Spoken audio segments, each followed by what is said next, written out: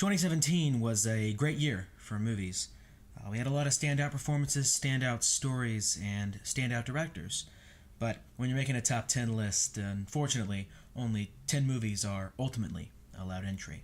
So, without further ado, here are my top 10 films of 2017. Number 10, Baby Driver. After making a couple of the funniest movies of the 2000s, Edgar Wright changes gears and comes to us with an idea he had over 20 years ago: make a movie about syncing up car chases to music. Thus, Baby Driver was born, and it's one of the most original and fun films I've seen in quite some time. While it may seem odd to build an entire film around such a concept, Edgar Wright does so with a lot of character and a lot of heart. Now this marks his fifth film, as well as his first solo outing as the sole writer and director. Baby Driver caught my full attention in the first few minutes, with the opening sequence being nothing short of an expertly choreographed and exquisitely edited car chase set piece that was a real treat to watch. After about 15 minutes or so, it becomes clear that this is not a film in which the car chases are the only things set to the music. However, the film itself is meticulously laid out over the carefully chosen tracks. All of these tracks are great, by the way. The movie is filled to the brim with talent. Ansel Elgort as Baby, John Bernthal as Grift, John Hamm as Buddy, Kevin Spacey as Doc. This movie has some great performances. The only one who fell a little flat for me was Lily James as Deborah. She didn't have a whole lot to do, and her character almost seemed like she existed only to advance Baby's development. Honestly, I wish she was more fleshed out, although to be fair, I wish the entire romance subplot was fleshed out more. The whole thing was lacking quite a bit. All things considered, however, Baby Driver is a blast, featuring great music, great acting, and inspired ideas. Number 9, Blade Runner 2049. I'll be honest, when I heard they were making a sequel to Blade Runner, I was scared and a little bit offended. How could they ever hope to top the original? How could they even come close? I thought to myself. I chalked it up to a cash grab and nothing more before moving on, and then I heard it was being directed by Denis Villeneuve, and I completely changed my tone. Denis Villeneuve is, in my opinion, one of the greatest directors of all time. Be it Polytechnique, Incendies, Prisoners, Sicario, or Arrival, his direction is nothing short of masterful. His level of talent is absolutely astounding to me, so the day that Blade Runner 2049 came out, I went to see it, and it was great. Blade Runner 2049 is the story of LAPD Officer K, played by Ryan Gosling. Now, K does his job efficiently, without protest, without complaint. His character almost comes across cynically, weathered and weary, dry. Although there is something else there, there's a hint of something deeper, maybe alluding to a soul, perhaps. His commanding officer, played by Robin Wright, is someone who firmly believes that everything depends on monitoring and controlling the border between humans and replicants. Of course, as we learned in the original Blade Runner, such boundaries are unclear and foggy. Maybe that's why the first sequence of the film takes place in gray overcast, a foggy wasteland. Now, after a dangerous day's work, Kay comes home to his mass-market artificial intelligence hologram girlfriend. This leads us into one of the main questions of the film. If synthetic humans can harbor feelings, if they are capable of having desires and fears, nightmares and dreams, are they not just reflecting our nature, our state of being, and what we are? If replicants are just a mirror image of us, do they also hold a soul? And if they are just soulless automatons, how do we know for sure? How do we know what is real and what is artificial, ourselves included, and where in all of this is the concept of humanity? This film builds on the ideas of the original. It doesn't simply discard them like I feared it might. Now, without giving anything away, I will say that this film's one major problem is a subplot that goes nowhere and doesn't really add to the film. In all honesty, this kind of subplot is a total cliche in dystopian sci-fi. The bad stuff out of the way, yes, that's really my only major complaint. I'm left with the fact that Blade Runner 2049 is a film full of sound, sight, and emotion, and it asks questions not often touched in sci-fi today. I hope you'll give it a watch, if you haven't already. Number 8, A Ghost Story. A Ghost Story is a love story and a drama. It's not a thriller, it's not a horror film in the traditional sense. This film is a slow burn in every sense of the word, and it is definitely not for everyone. With long sequences without dialogue and without edits, director David Lowery leans on the talent of his actors and the power of the story he is trying to sell. One of loss and grief, before reminiscing and finally accepting the way things are. The main character is a young man played by Casey Affleck who dies in a car accident before we can ever learn much about him. Now, this recently departed husband doesn't actually depart, and instead of floating on to the next life, he is covered in a white sheet with 2 eye holes cut out, almost like a child's Halloween costume. And thus begins our film proper, as Casey silently and invisibly watches his widow, played by Rooney Mara, as she continues with her daily life. While she carries on, he stands quietly in the corner. While she eats, he stands quietly in the kitchen. While she is in the house, he is never far away. There's more to the film than what I've laid out, and I don't want to go into any more detail, as I don't want to spoil the slow build of mystery that has a wonderful payoff. David Lowery has made a great film about the slow and ever-marching flow of time. It is a journey, to say the least, and it's one that I recommend everyone at least try to take. Number 7. It Comes at Night.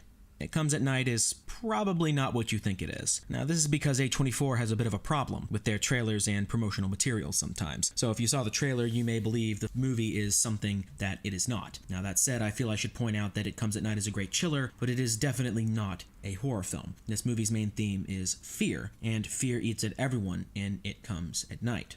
Paul, played by Joel Edgerton, rules an isolated house in which all the windows are boarded up and the only entrance is a single red door at the end of a sealed hallway. This house has strict rules: always travel in pairs, eat meals as a group, and never, ever go out at night. Director Trey Edward Schultz crafts a frightening narrative in which the real threat doesn't come from outside, it comes from within, as we watch the characters slowly tear each other apart in a house that is part stronghold and part prison. The cast is great, and they really shine with good performances all around. Joel Edgerton steals the show, however, as he really brings 110% in every scene that he's in. His performance alone is worth the cost of admission, in my opinion, or the cost of picking it up on Blu-ray or DVD.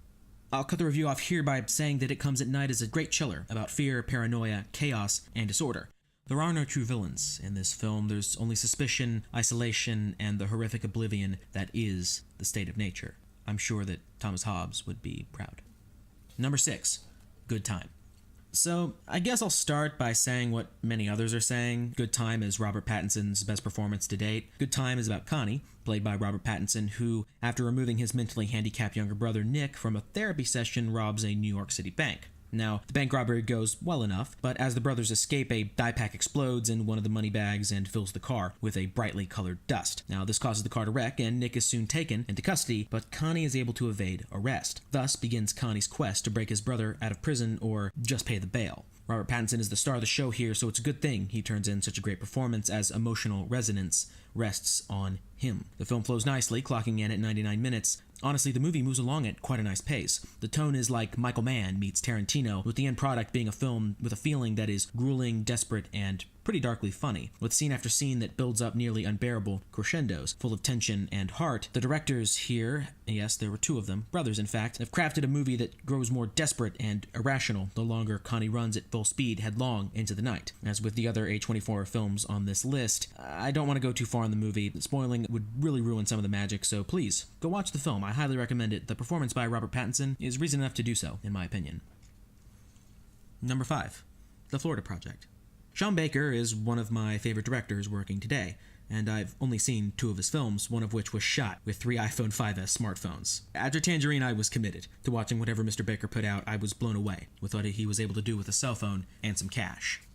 Here, he has joined forces with A24 to create a colorful portrait of life on the fringes of the American dream, set around the budget motels close to the happiest place on Earth, Walt Disney World in Orlando, Florida. The setting is no accident, as the film is about the magic and heartbreak of childhood, the minor and major pains of simply living. Moni, played by Brooklyn Kimberly Prince, lives in Kissimmee, a part of Central Florida dominated by cheap thrills and tourists. Her home is a motel called the Magic Castle, a run-down and badly painted, stucco-clad palace that is really anything but magical. This is a place of transience, of irony. It is a liminal place, being so close to the Magic Kingdom. This place of old strip clubs and strip malls cannot seem to escape the darkest aspects of itself. Now for Moni, the Magic Castle and the area around it are a place of adventure, of wonder, and of charm, a place in which her mischievous nature can run wild. This movie is able to balance happiness and pleasure with desperation and anxiety in a way that was very refreshing to me. Moni has a mother who is close by, but the man who runs Magic Castle, Bobby, played by Willem Dafoe, is by far the sturdiest adult presence in her life, and he does his best to manage the disorder that surrounds him at every turn. Once again, now without saying too much, I will say that the last 30 seconds or so of this film are awful. I did not care for the way this movie ended one bit. The perfect place to end it, in my opinion, was less than a minute before. I really did not care for this ending. I really cannot stress that enough. The movie is nothing short of a masterpiece. Even taking into consideration the really disappointing and lackluster way the movie ends, does not take away from the wonderful and heartbreaking hour and 54 minutes that came before. Number 4, The Shape of Water. Guillermo del Toro, the visionary behind Kronos, The Devil's Backbone, and Pan's Labyrinth, comes a very unconventional love story about a mute woman and a humanoid amphibian from South America. No, I'm not joking about that premise, and, well, yes, the premise is executed wonderfully. The setting of a secret government laboratory may not seem like a great place to tell a fairy tale love story, but turns out it was. Guillermo del Toro, the writer and director, is a total genre geek and movie nerd, and his enthusiasm for the art form comes through in this film. A movie steeped in sincerity, The Shape of Water is a wonder to behold, a movie that would not work if created by a director of a lesser caliber. Now, the most obvious reference point for the creature itself is the 1954 black and white horror classic, The Creature from the Black Lagoon, a movie about a strange humanoid amphibian that is discovered in the rainforests of the Amazon, and violent Cold War era-esque shenanigans ensue after its discovery. The Gillman, as he is known, is usually counted among the classic Universal monsters, so taking him out of the rainforest and placing him in Baltimore to be kept in a tank at a government research lab was an interesting idea, and it was one that I was looking forward to seeing play out.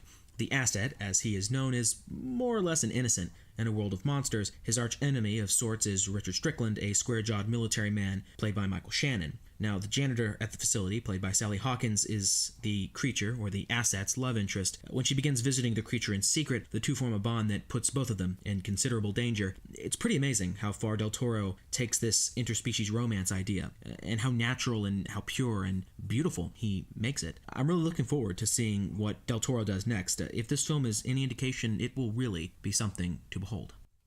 Number 3. 3 Billboards Outside Ebbing, Missouri.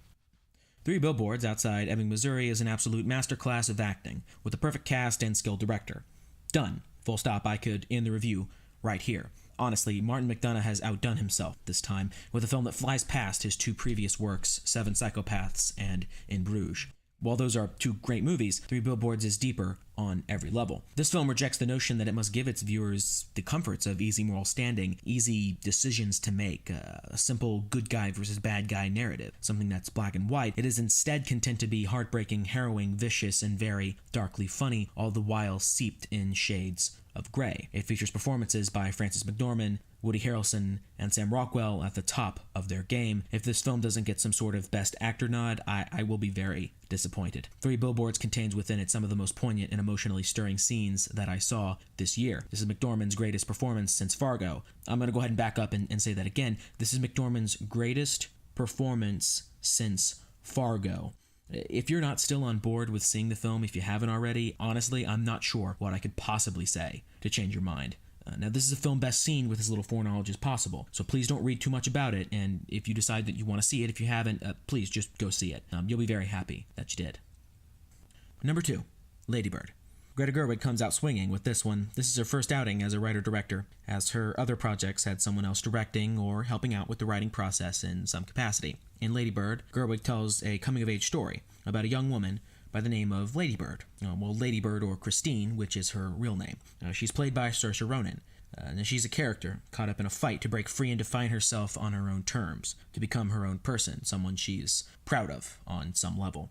When Christine is asked for her given name, she says Ladybird. I gave it to myself. It was given to me by me, she explains. This is a lovely example of her struggle over what she got from or was given by her parents, and how she wishes to break free of that, become something more, become something greater. She wants to be an actress, but she doesn't get the starring roles at her school. She wants to go to Yale or some university like Yale, but her grades aren't good enough for that. She boils with passions that go nowhere and do nothing.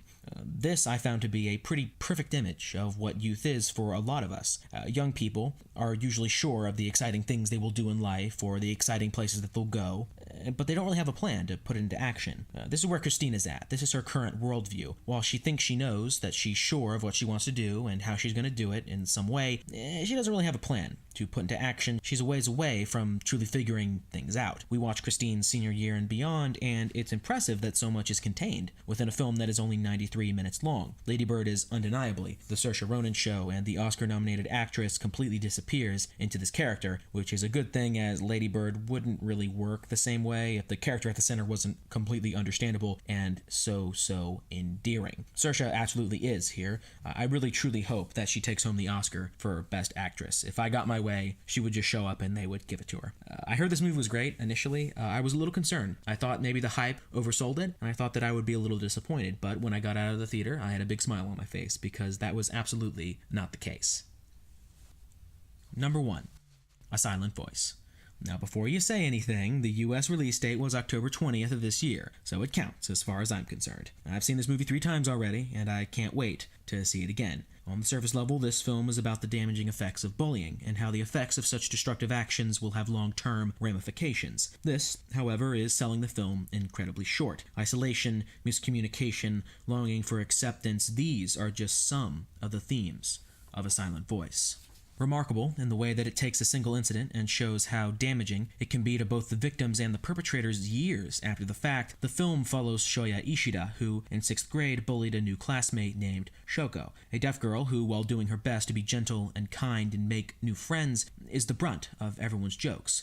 10 years after his bullying, Shoya never really managed to shed the label and has become something of an outcast, avoiding contact with his classmates. Always looking down, his life takes a turn when he tracks down and reconnects with Shoko, someone he hasn't seen since they were kids. Their awkward friendship, which may be turning into a budding romance, is the crux of the film. These 2 damaged people are hoping, on some level, to find a sort of comfort and relief in each other's company. Things aren't that simple, of course. For example, the communication between the 2 of them is awkward and rough around the edges. Shoko isn't the only one who can't hear, after all. Without giving it away, the ending of this film took my breath away, and it made me tear up a little bit. It tied up everything perfectly. The movie could not have ended any better. As soon as it was done, I knew that Lady Bird had been dethroned as my favorite film of the year.